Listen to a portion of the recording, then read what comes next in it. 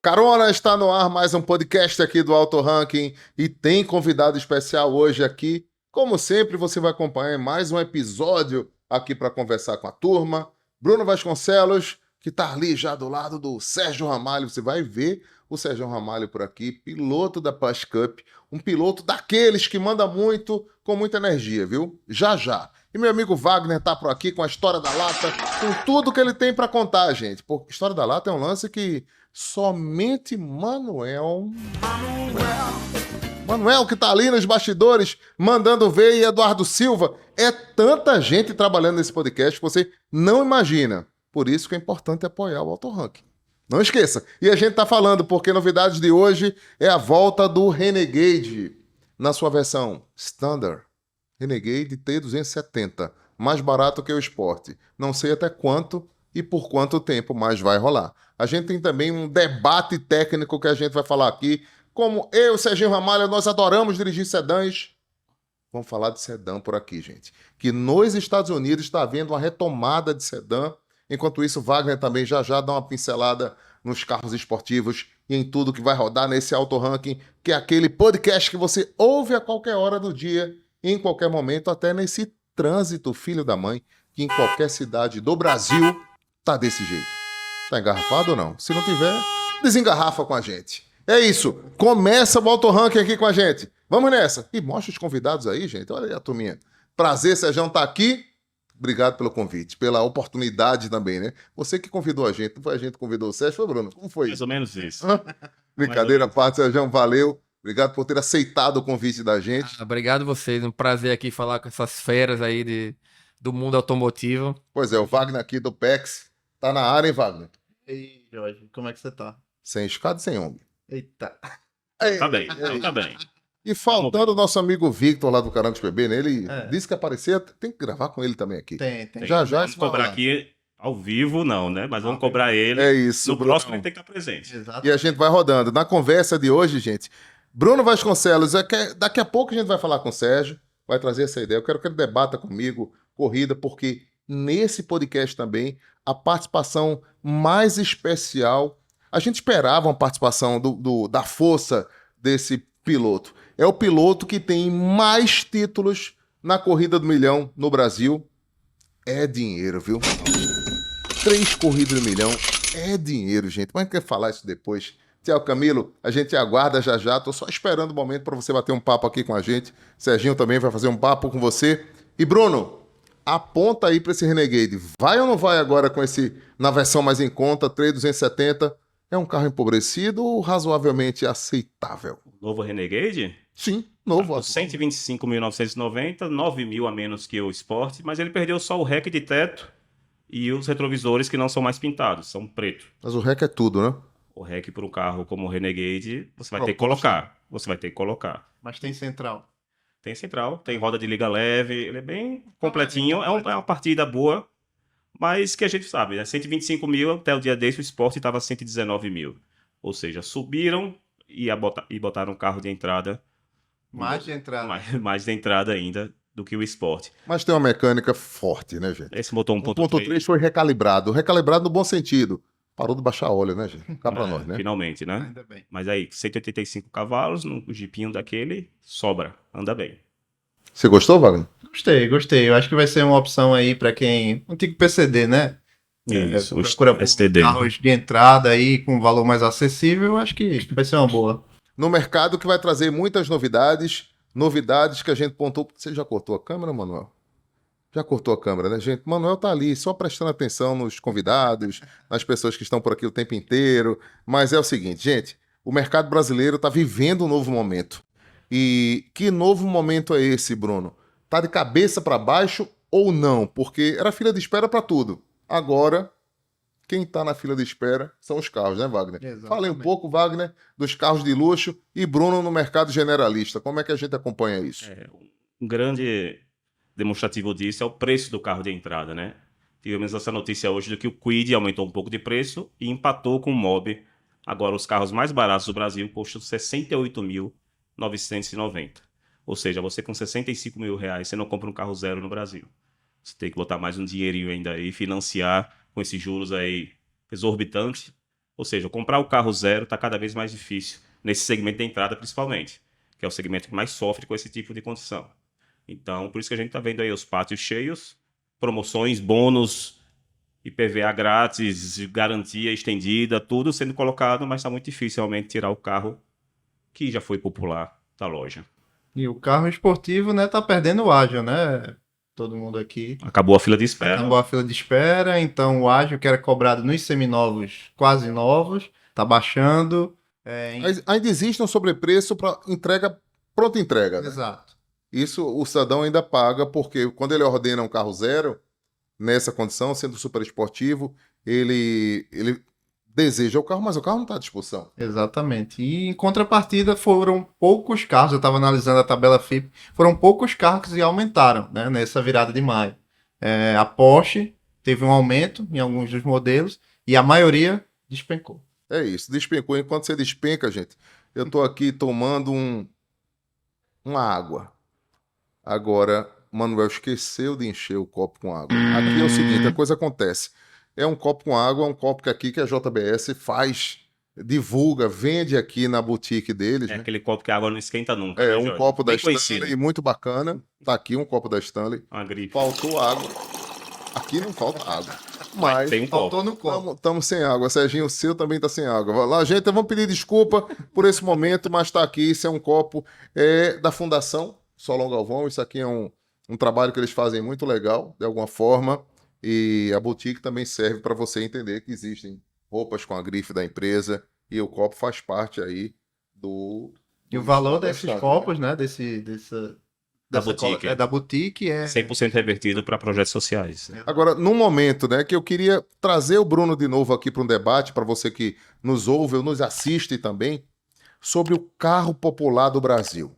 O presidente da República, ele disse que precisava que o pobre, eu vou colocar entre aspas, voltasse a comprar. E acredito que a gente precisa remotivar a classe trabalhadora a voltar a comprar e gerar um novo dinheiro na economia. Mas está difícil para o carro zero, né, Bruno? Acho que isso pode acontecer para o mercado dos seminovos, que são os novos populares no Brasil, né? Jorge, a gente escreveu recentemente sobre isso no UOL, né? Foi até manchete do UOL Carros, sobre a volta do carro popular. E a gente falou que realmente é muito difícil ele voltar, que o brasileiro não aceita mais aquele carro pelado, sem som, sem ar-condicionado, sem vidro. Meu primeiro carro não tinha vidro elétrico, não tinha direção hidráulica.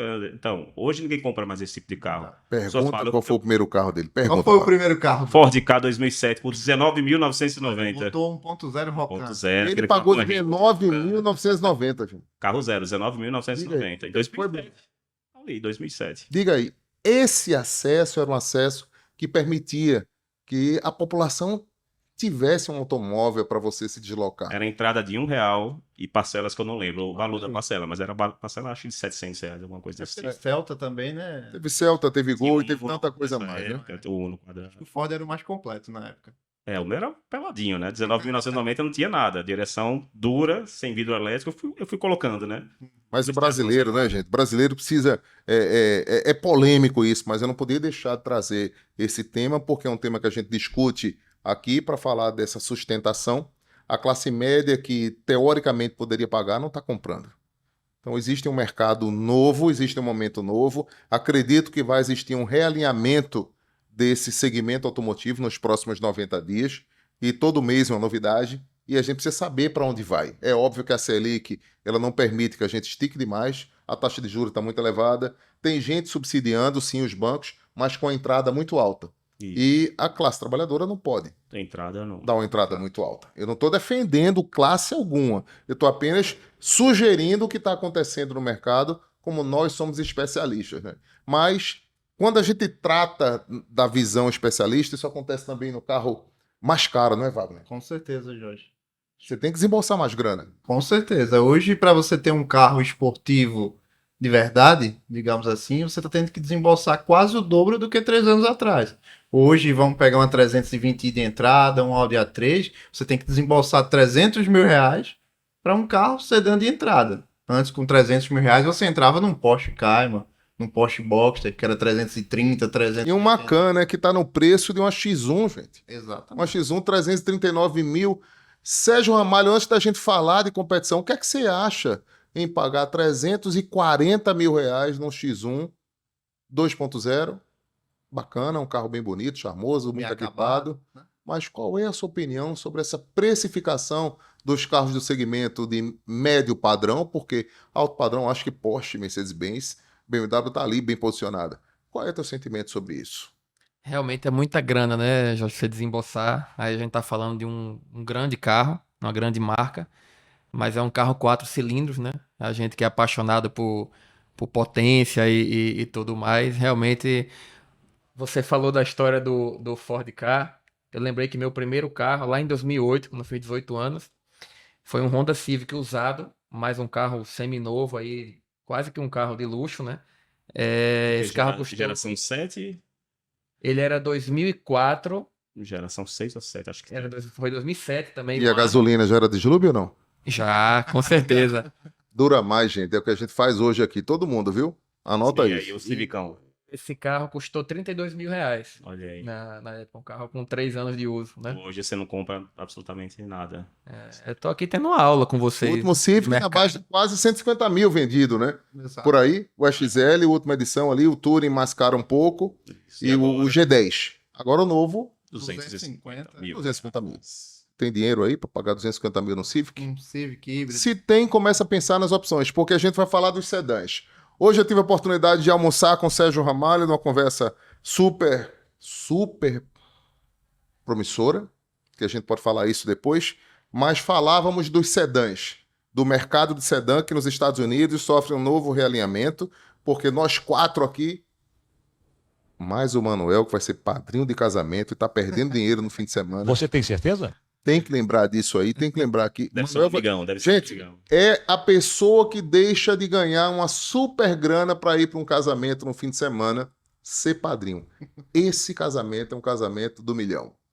A gente vai falar do milhão já já. Vida do milhão, Jorge. Mas é isso. O sedã está voltando nos Estados Unidos para trazer um pouco de emoção, trazer um pouco de direção a bordo. Tem preço menor, porque os SUVs subiram muito de preço e hoje são poucas opções de mercado.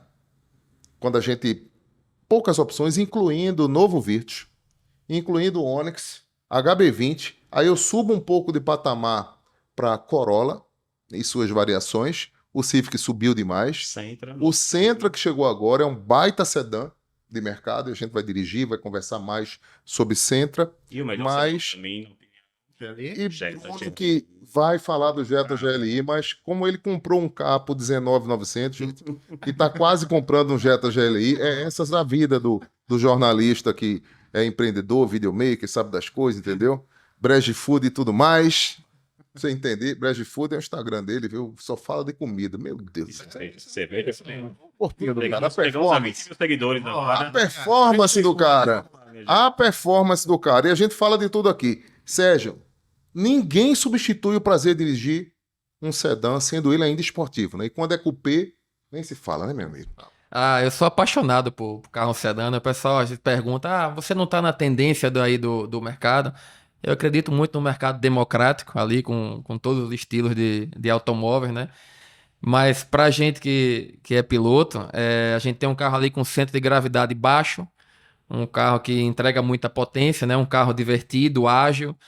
Tudo bem que hoje em dia existem várias SUVs, quase que uma super esportiva já, mas eu sou fascinado por sedã. Eu venho aí há alguns anos mantendo essa tradição. Mas é bem mais caro, né? Porque você imagina um Stock Car, gente, com um tracker no lugar, substituindo a gaiola lá, né? Incorporando a gaiola. Não faz sentido. Corolla Cross. Não faz sentido.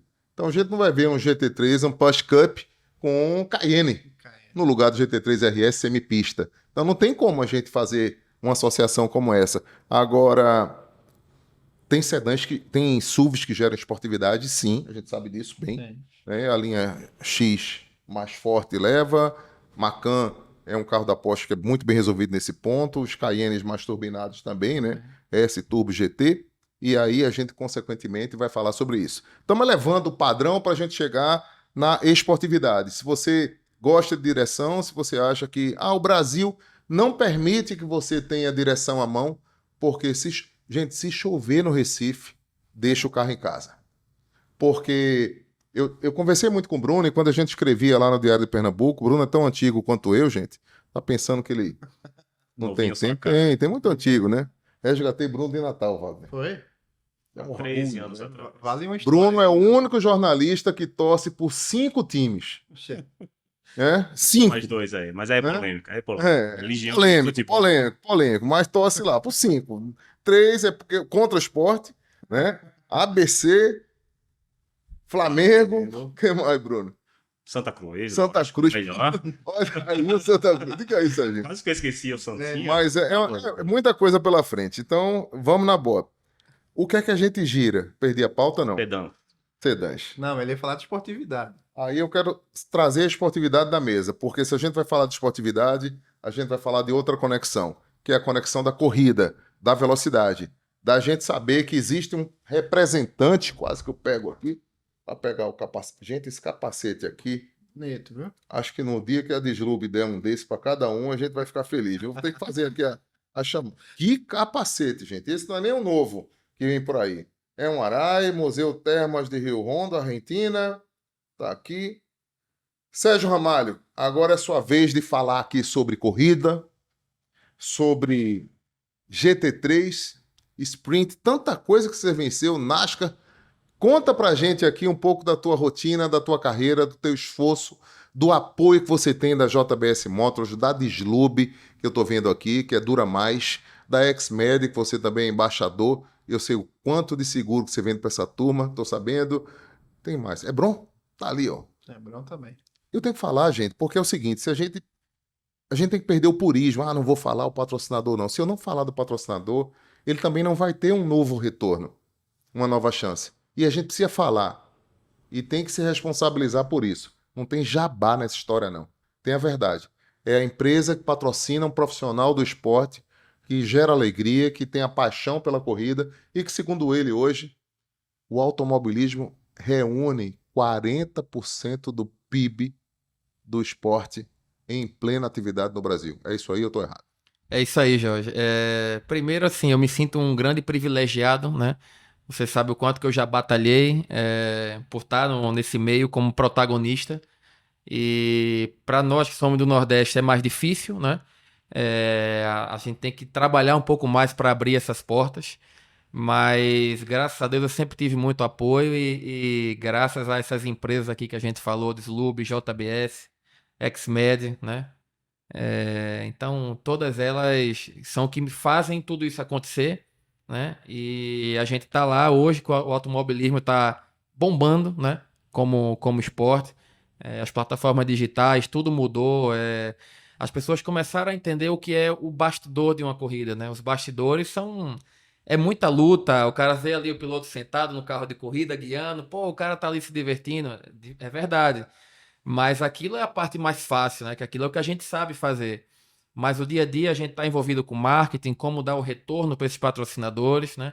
Usar a plataforma que são as categorias, a Porsche, Stock Car, NASCAR Brasil, Copa Truck, que hoje oferece grandes eventos para grandes relacionamentos, para a gente estar ativando lá a marca, fazendo negócio junto às empresas.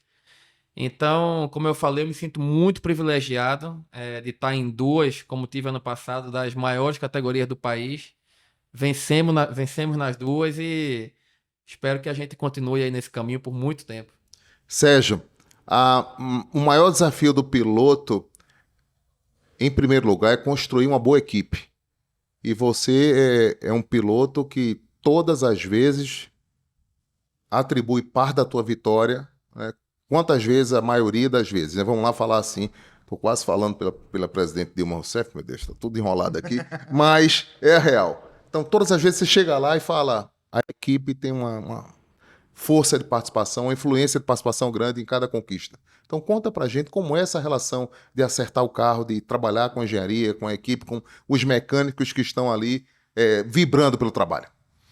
Um carro de corrida, ele é muito sensível e com muitos detalhes, né? Então, eu já perdi uma corrida liderando.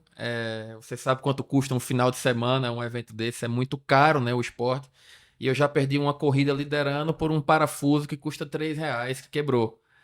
Então, isso é um dos exemplos. Então, quando a coisa dá certo, quando a gente vence uma corrida, ou quando tem um grande resultado, cada um ali tem seu papel fundamental. Então, no final de semana a gente lida com muita pressão, são poucos treinos, muito competitivas as categorias no Brasil, são exemplos para o mundo. Então, todo mundo trabalha muito sob pressão. A gente tem ali o trabalho com os engenheiros para entender o melhor acerto para aquele final de semana. Esse acerto muda a cada temperatura, uma regulagem de amortecedor, uma libra, regular a asa para ter mais ou menos arrasto aerodinâmico. Então, achar esse acerto ideal é o segredo do sucesso. Não adianta o cara ser o melhor piloto do final de semana, que se ele não tiver a melhor máquina, ele não vai conseguir entregar. Então, você ali ser um líder e puxar os mecânicos para ter um ambiente agradável, todo mundo está raciocinando ali de cabeça fria, certamente é o sucesso do final de semana, é o segredo. Wagner quer te fazer uma pergunta. Ele perguntou, Jorge, dá para perguntar sobre o carro novo? O que é que você quer saber, Wagner? Pergunta aí. Jorge, eu quero fazer uma pergunta para o Sérgio, eu acho que possa ser uma dúvida de muita gente. Sérgio, desde criança, você já pensava em ser piloto? Você cresceu dentro do automobilismo? Conta pra gente um pouco aí como é que é a tua trajetória. Eu cresci no automobilismo, meu pai começou a fazer automobilismo por hobby, né? Depois de velho, então eu comecei ali Tá chamando teu pai de velho, vai dar certo. O velho no bom sentido, o velho do coração. É. E com 10 anos de idade já frequentava ali autódromo com ele. Com 5 anos de idade ele já tinha me dado um mini bug, que era um Fapinha na época, famoso Fapinha, né? Então eu aprendi muito ali com ele nas praias e tudo mais, aprontando algumas também. É assim que aprende. Mas então eu fui pro kart, né? Mas desde o início eu sabia que tinha que fazer a coisa por profissionalismo. A gente não tinha muito dinheiro, então sempre foi em busca de apoio e graças a Deus a gente sempre teve apoio. Vale lembrar que o grupo de Clube Equador esteve comigo desde o início, né? Até hoje, isso é uma história de mais de 15 anos. Então, sempre foi buscando ser profissional e viver do automobilismo. Massa, então. E agora a gente tá aí à véspera da Porsche Cup, da estreia, não é isso? Fala um pouco pra Exatamente. gente agora, dia 13, você estreia em Interlagos. 13 de maio em Interlagos é a primeira etapa da Endurance Brasil, né? Da Porsche. E Dia das Mães. Dia das Mães é no dia 14. Essa corrida vai ser no sábado, sábado. para que a gente possa voltar para casa Boa. e passar Celebrar. o dia com elas. Levar o troféu de presente, hein? Se Deus quiser. Vamos trabalhar muito para isso. E num carro redecorado. Um carro redecorado, vai ter aí uma. Jorge já viu, né? Opa, Então a gente vai ter aí uma grande surpresa para os amantes do esporte, né? Em geral. Acho que vai curtir bastante. Tô curioso. Vai curtir bastante. A gente vai saltar aí nos próximos dias. Vai ser bem legal essa mídia. E a gente vai no carro novo, né? Que é o Porsche 992. Ano passado a gente ganhou na nossa categoria com 991. Esse ano a gente vai para os amantes de Porsche. É um Porsche GT3 992, o novo modelo. E as primeiras voltas que eu vou dar com o carro vai ser na quinta-feira. A gente que hoje teve a oportunidade de almoçar, né, com Igor Vilar. Ele está aqui, inclusive, participando como ouvinte do nosso podcast. Falamos de planos para o futuro, porque 2023 você já desenhou, você já traçou como um ano que você sabe o que vai fazer. E para 2024, porque piloto que se organiza prospera, né? E 24 é um negócio que você já mirou o que quer fazer, né, Sérgio? Com certeza. A gente tem hoje, como eu falei no início, 5 grandes categorias no país, né? Já conquistamos títulos aí em 2 e falta aí almejar um pouco mais na Stock Car. Então, a gente quer sempre estar na vitrine de todas essas categorias e 2024 já começou cedo pra gente. A gente espera contar muita novidade aí até o final do ano. Quantas vitórias em 2022? 2022 foram 2 títulos e foram 7 vitórias. Gente, isso é jornada, né? Mas tanto quanto esse homem, a gente tem um convidado aqui, que é a convite do próprio Sérgio Ramalho, e é um grande amigo, é um grande incentivador de carreira do Sérgio também. Vai conversar com a gente, que é o grande tricampeão do milhão. Thiago Camilo, gente, ele é conhecido como Triago Camilo. É o piloto mais rico da Stock Car, é o piloto mais rico do Brasil.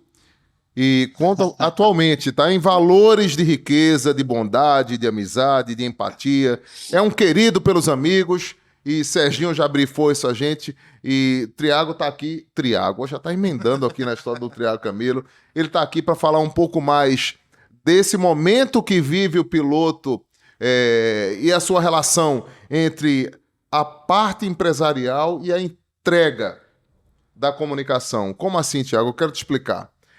Eu tô vendo que você, inclusive, tá estampando aí a Ipiranga Racing. Ah, o chapéu da Ipiranga bonito aí, hein? Que bacana. Mas eu te acompanho há muito tempo, a Gazoo Racing que tá aí nessa história da Toyota, mandando muito, mas eu me lembro desde a época da Texaca. Eu tô enganado ou me corrija aí, por favor? Não, é isso mesmo. Primeiramente, obrigado pelo convite aí, um prazer estar falando com vocês. Vocês devem saber aí, mas o Serginho é um grande amigo de longa data, desde lá do início da Stock Car, né? Eu tenho uma admiração muito grande por ele e pela pessoa e pelo piloto também. Torço muito para que em breve ele esteja aí no grid da Stock e a gente possa disputar aí as freadas, como já disputamos em outras categorias, né? O ano passado, inclusive, na Sprint Race, e anos anteriores também, que disputamos, inclusive, campeonatos. Mas, enfim, é isso mesmo. Eu, na verdade, entrei na Stock Car em 2003, né? Assumi aí o posto do meu pai, ainda sem patrocínio, sem nenhum aporte de uma empresa. E foi ali que eu acabei ganhando visibilidade e em 2004 tive a grata surpresa de ser contratado pela equipe Vogel, onde o patrocínio era a Golden Cross. E aí foi meu primeiro contrato, digamos, como piloto profissional, né, que eu já era remunerado e já de fato trabalhava com automobilismo. E obviamente a gente vê um mundo um pouco diferente aí, né, daquela época para hoje, principalmente com relação a patrocinadores, a marcas, a empresas que investem. E aí em 2005 apareceu a Texaco na minha carreira, onde foi um processo aí de, né, aquisições e mudanças de empresa, e um processo natural aí de entrada da Ipiranga em 2009 que tô até hoje. Mas falando em parceria, com certeza é a parceria mais longeva aí da categoria, da Stock Car. E você é um dos pilotos que mais venceu na Stock Car também, né, Camilo? E, de fato, vencer 3 corridas de 1 milhão. Eu me lembro quando o Valdeninho, que é meu amigo de muitos anos, Valdeno, Samuel, e desde 1994, que acompanhava na Copa Corsa, 96, tá? E quando começou ali. Ele falava, pô, e aí? Eu digo, ó, um grande vencedor, um grande conquistador dessa Stock é você. É outra pessoa que falava muito bem, aliás, fala todas as vezes de todos os colegas, todos os amigos, né? Esse respeito, como foi conquistar essa empatia que você tem aí com a maioria dos colegas que competem com responsabilidade, hein? Eu acho que, como tudo, é uma construção, né? Acho que sempre procurei aí dentro das minhas disputas, mesmo quando jovem ali, entrando na categoria, ter um respeito muito grande sobre todos os meus adversários, e isso se mantém até hoje. Então, acho que faz parte de uma conquista, né? Você, obviamente, tem que conquistar seu espaço, e eu acho que a melhor forma de conquistar isso é sendo leal nas disputas, sendo um cara limpo. Obviamente, a gente está ali competindo, né? Brigando pelo melhor, lutando pelo melhor, todos, na maioria das vezes, com os mesmos objetivos que se conflitam, né? Quando você está numa disputa de posição, mas o importante é isso. Eu acho que é ter cabeça fria e ir conquistando o seu espaço aos poucos, e foi assim comigo. Como foi que você viu a presença da Gazoo Racing, da Toyota na Stock Car? Isso deu nova vida à competição, isso trouxe um novo brilho a essa corrida que é assistida por milhões de brasileiros? Eu acho que a Stock mudou um pouco o direcionamento em 2020, né? Quando a gente passou a utilizar um novo tipo de carro, de carroceria principalmente.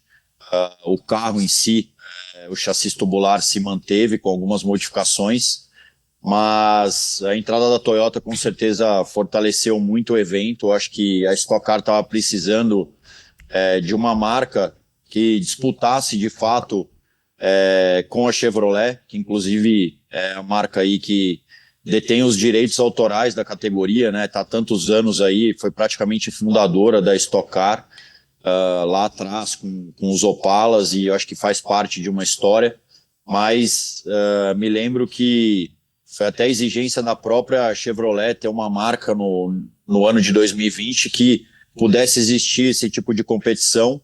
E por parte da Toyota, eu acredito que trouxe uma visibilidade um pouco diferente também para a marca, né? A gente se posicionando no automobilismo, da maneira que eles estão se posicionando com a Gazoo Racing, que é um projeto, na verdade, mundial, não um projeto nacional.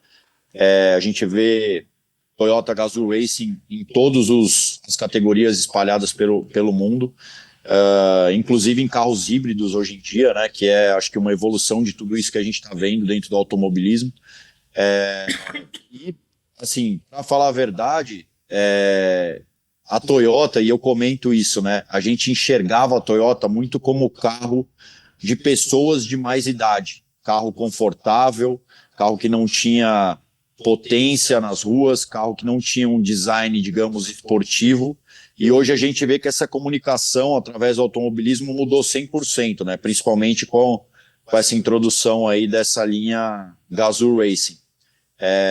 Então eu acredito que a Toyota está se fortalecendo nesse segmento também, principalmente do lado esportivo, e tem muito para crescer ainda. E para mim, obviamente, é muito honroso poder comunicar isso e representar os valores de uma montadora dentro das pistas, né? Acho que isso acaba sendo o objetivo de qualquer ou da maioria dos pilotos quando entram para o mundo do automobilismo, é representar uma montadora, ter boas marcas ao seu lado, mas também ter uma montadora envolvida, justamente por tudo isso que eu falei. As portas vão se abrindo cada vez mais por conta de existirem projetos e categorias diferentes espalhadas pelo mundo. É isso, o Sérgio Ramalho. Você sabia que o Sérgio faz bico de apresentador de podcast aqui em Pernambuco, né? Ele quer conversar com você, ele quer lhe fazer uma pergunta aí. Tiagão, bom demais a gente tá falando aqui, né? O Jorge pediu pra gente colocar mais um piloto pra conversar hoje e apesar dessa cara séria dele, viu, Jorge? A gente já deu muito e dá muita risada junto, muita história boa pra contar e Tiago é um cara que quando eu comecei lá a correr de Stock Light, ele já era um piloto da Stock Car principal e sempre foi um exemplo, né? É um cara muito leal nas disputas, um cara super profissional e um amigo que dispensa comentário desde o início, um cara que sempre que pôde me ajudar, me ajudou ali abrindo portas e tal. E se Deus quiser, que tenha mais muitas portas aí pra abrir, a gente tá junto, né, Tiago? Com certeza. Sabe que eu falei isso e repito, né? Acho que dos amigos que eu tenho no automobilismo, o Serginho é um deles. Como ele falou aí, dentro das pistas ali, principalmente no ambiente da Stock Car, que é extremamente competitivo, a gente vive ali num mundo muito fechado, né? Todo mundo ali, cada um por si, tem pouco tempo de conversar, de entrar em outros assuntos, principalmente no final de semana de corrida. Geralmente, a pessoa que você é mais próxima é teu companheiro de equipe, né? Porque você está ali sempre trocando informação e tal, mas fora isso, a parte de relação entre os outros pilotos, ela é muito profissional, obviamente, porque todo mundo ali está, como eu falei, né, brigando pelos mesmos objetivos. Mas todas as vezes que ele esteve lá, seja na Stock Light ou até na própria corrida de duplas, a gente chegou a conversar até na corrida de duplas lá para fazer junto, né? Isso pouca gente sabe.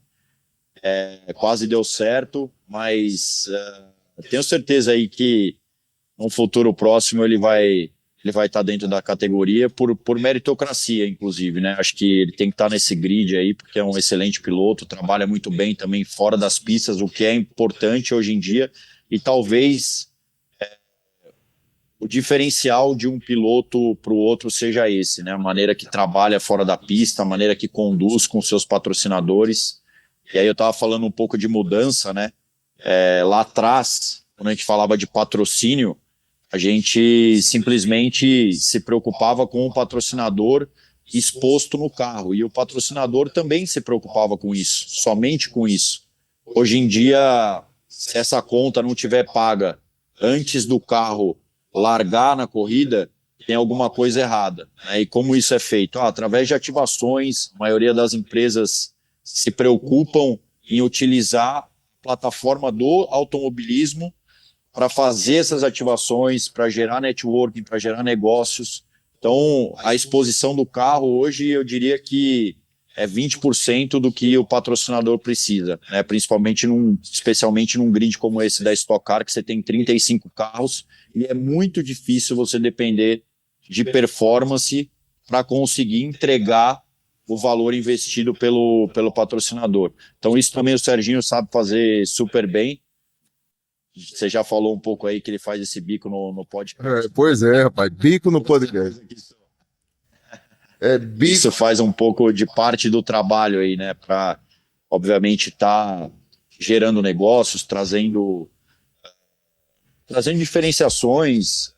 Acho que uma exposição a mais para o patrocinador também, então isso com certeza é muito bacana. É isso, a gente faz um jornalismo sem falso purismo, entendeu, Thiago? Porque como eu falei com o Serginho aqui no começo, e meus colegas estão aqui também, o Bruno Wagner, o que é que a gente prega aqui? Porque se tem um patrocinador que apoia um profissional do esporte, que se dedica, que tem uma equipe por trás, trabalhando e valorizando passo a passo de cada conquista, por que não expor uma Deslube Equador, uma Ipiranga, um Xmed, então outras empresas fazem parte do processo, e por que não falar da Toyota com esse programa de rejuvenescimento do produto com o Gazoo Racing, com Corolla Gazoo Racing que vem por aí, numa versão cada vez mais vitaminada, que é esse carro com mais de 300 cavalos que vai pintar, que vocês vão dirigir com a gente, e vai haver um programa especial da Toyota para poder multiplicar isso. Caixa manual, para a gente poder passar marcha e se divertir com isso também. Ou seja, e uma pergunta final que eu queria fazer para você, aliás, duas perguntas finais. Uma, se o automobilismo de hoje agrega muito mais do que o automobilismo de ontem, da época do seu pai, da época do Paulão, né, do Wilson, dessa turma das antigas, com todo respeito, são aqueles clássicos que fizeram dessa competição uma grande vitrine, né, uma grande fonte de desejo. É uma pergunta se ele hoje agrega mais. E a segunda pergunta, quais são os 5 predicados que eu preciso dar para o ouvinte que está aqui, o telespectador do Auto Ranking, que deseja, que sonha em ser um piloto de Stock Car? 5 predicados. Primeiro, se hoje está agregando mais. E segundo, quais são os 5 predicados, na opinião desse tricampeão da Corrida do Milhão, um dos maiores vencedores da Stock Car, que tem o respeito de grandes profissionais, do Sérgio Ramalho, que está aqui também, que é um baita de um piloto da Post Cup e de outras categorias. Bom, eu acho um pouco, talvez, desleal, né? Se comparar a Stock Car de antigamente com a Stock Car de hoje em dia. Acho que seria meio que, quando a gente fala em pilotos, e usando o exemplo, né? Acho que seria comparar o Hamilton, por exemplo, com o Senna.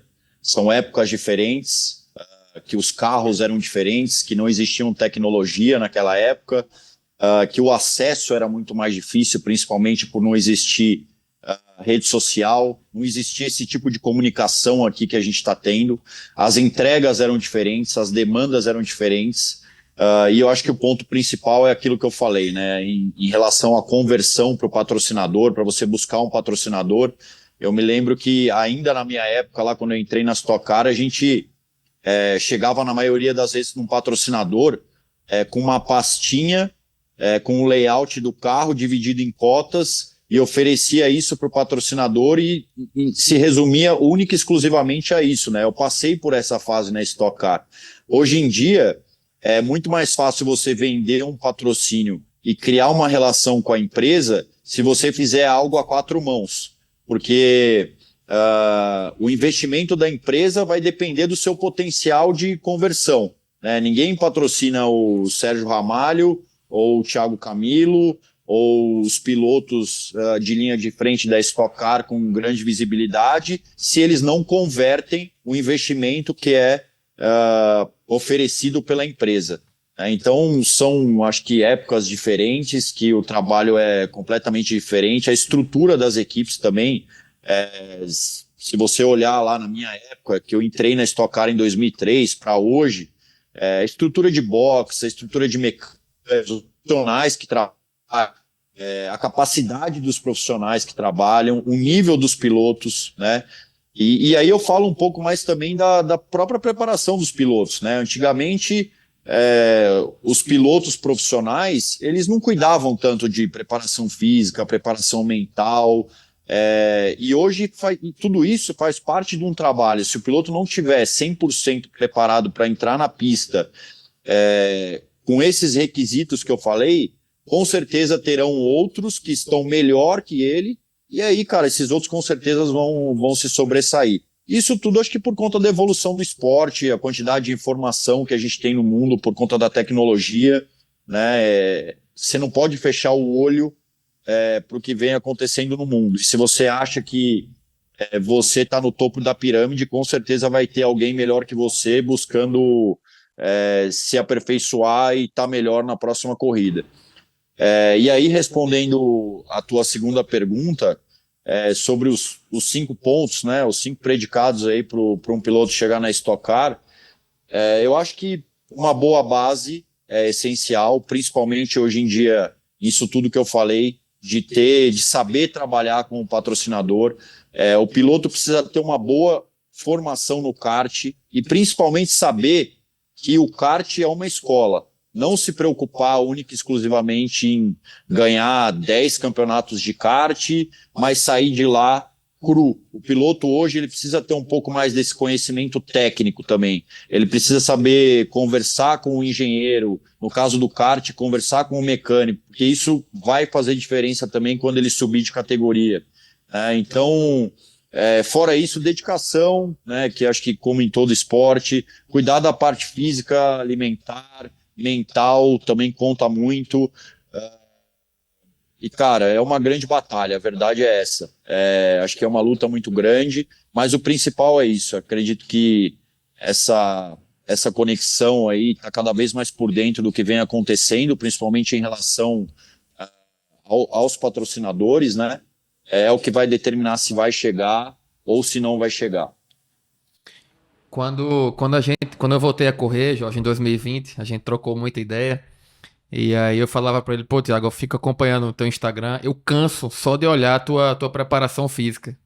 Brincava com ele disso, né? E aí ele mostrou realmente que o diferencial disso, né? Eu tava voltando para as corridas, lá atrás a preocupação era outra, como ele mesmo falou. E hoje eu sou muito mais dedicado também na parte física e noto essa diferença. Você trabalha muito de cabeça fria dentro do carro, né? Tem força G e tudo mais. Mas eu só não consegui parar de comer carne ainda, que ele é vegetariano e esse jejum dele aí eu ainda não consegui acompanhar. Isso inclusive eu costumo dizer, né, assim, em roda de amigos, conversa, tal. Ontem mesmo estava num churrasco de aniversário com os amigos. Churrasco, cara? Oxê. Tava só do lado de fora, só tá. sem comer. E aí sempre surge isso, né? Tem gente que não sabe, por quê? Por quê, tal? Por que você parou de comer carne? E a resposta é que eu parei de comer carne única e exclusivamente por preocupação à minha performance, né? Durante a pandemia ali, eu assisti um documentário e fui atrás de informação e vi que eu poderia melhorar minha capacidade física parando de comer carne. Talvez, se eu não fosse atleta de alto rendimento, e eu não teria tomado essa decisão, mas eu entendo que para esse momento faria muito mais sentido eu abrir mão de comer carne, não me traria nenhum ponto negativo, a não ser a força de vontade de querer parar, né? E a verdade é que o corpo humano é o que a gente está acostumado a ser, né? Ninguém nasce comendo carne como ninguém nasce comendo verdura e legumes. É o que você se acostumou durante a vida a comer. Então, não foi uma coisa difícil não foi uma mudança difícil, digamos, para mim, mas eu entendo que ela foi necessária e eu tô bem hoje em dia com isso. Aqui, inclusive, Thiago, manda pra gente através do WhatsApp do Serginho aí o link desse documentário que eu quero aproveitar. Mas E Jorge, quem a gente sabe- não é atleta de alto nível, Não, mas eu sou um jornalista de alta performance. Né? Eu sou um jornalista de alta performance. Dieta dos gladiadores. Dieta de gladiadores, vou buscar isso aí. Então, Eu tá ainda aqui, ó. não consegui isso, Jorge. E também o benefício disso é que quando ele me bate na pista, eu falo, não, vou pagar hoje o almoço na churrascaria pra Aí você. dá custo zero. Custo zero. É isso. Tiago Camilo, considerações finais. Quem quiser seguir Tiago Camilo, vai por onde, Tiago? Conta aí pra gente. O Serginho já deu a dica aí, né? Eu mostro um pouco aí da minha rotina de treinos no meu Instagram mesmo. Meu Instagram é Thiago Camilo 21, Thiago com TH. E lá eu procuro passar um pouco do meu dia a dia também, as coisas pessoais. Hoje em dia acho que a rede social é um pouco também para isso, né? O pessoal vê que existe vida além do profissional que tem por trás das câmeras. Mostra um pouco também da minha rotina com a minha filha, com a minha esposa, as viagens. E tento ser o mais natural possível ali. Pessoal que quiser seguir, com certeza será muito bem-vindo. É isso aí. Valeu pela sua participação. O podcast Auto Ranking vai ficando por aqui, mas continua no próximo episódio. Serginho Ramalho, grande campeão. Thiago Camilo, obrigado por tudo. Bruno Vasconcelos, Wagner, todo mundo aqui, porque nós somos fãs de carteirinha desses dois pilotos que correm muito, gente. E são distribuidores de empatia e sabem fazer automobilismo com profissionalismo. Tiagão, até a próxima. Quando é a próxima vitória? Não pergunto corrida. Conta aí. Eu tenho meu próximo compromisso nos Estados Unidos, no INSA, onde eu corro pela GT4, representando a Toyota também, com o Supra. Semana que vem em Laguna Seca, uma pista que eu consegui o pódio lá com meu parceiro ano passado, e a gente está numa expectativa super positiva aí para essa corrida, e espero que a próxima vitória seja lá. Eu estou buscando muito essa vitória, essa minha primeira vitória internacional. Então, boa sorte para você, a gente vai torcer por isso. Serginho, dia 13, tem troféu em homenagem às mães, né? É isso aí, vamos lá nesse carro novo, lá no 992 da Porsche. Vamos batalhar para isso. Tiagão, valeu, obrigado, meu amigo. Tudo de bom. Valeu, obrigado pelo convite. E é isso, nos estúdios, direto nos estúdios aqui, do nosso estúdio, com a grande mão do Manuel e dos amigos que estão participando, né? Eu agradeço a participação. A gente esqueceu o programa? Oi? Na lata? Ih, rapaz. A conversa ficou tão boa com o Thiago que a gente Foi esqueceu. tão intensa. Próxima semana, né? Não, ele perdeu essa oportunidade. Então, Na lata. antes da gente encerrar, gente, o Wagner quer falar na lata. Não, na lata agora. Sérgio, qual é o seu carro atualmente? Tem uma BMW M6. Olha só. Qual foi o seu primeiro carro? Você já falou, né? Foi um Civic Champagne 2004 em 2007. Qual é o carro dos seus sonhos? Acho que com a McLaren 720S. Sonha bem, rapaz, sonha bem, viu? Sabe sonhar, né? Sabe. Não custa mesmo, vamos lá. Imagina isso aqui no showroom da JBS, hein, gente? Falar em JBS, o recado que o pessoal pediu pra gente dar, né? A partir da próxima semana tem novidade. Pois é, gente, tem novidade. Eu esqueci de falar. Saulo Galvão chegou para mim e falou: acompanhe as redes sociais da JBS Motors, do Jorge Moraes, do Sérgio Ramalho, gente, porque o que vocês vão ver por aí é uma grande surpresa. Uma campanha super bacana que eles vão lançar, né, Bruno? Bruno já Isso. sabe de tudo aí, eu não sei detalhe. Não pode dar spoiler, não, mas olha, pra quem gosta de corrida, de Porsche, por aí Gente, vai. vocês não sabem o que vem por aí. Eu fiquei impressionado, primeiro no showroom, que eu cheguei aqui hoje, né? Parecia o nosso grid lá da Porsche. Tá cheio de Porsche aqui fora, né? E depois a ideia de todo o time da JBS, realmente sensacional. É isso. Acompanhe, a gente se vira, se encontra e tá num próximo episódio, porque esse é o podcast Auto Ranking com Jorge, com Bruno, com Wagner e com o nosso convidado especial de hoje, Sérgio Ramalho. Pode desligar e até a próxima.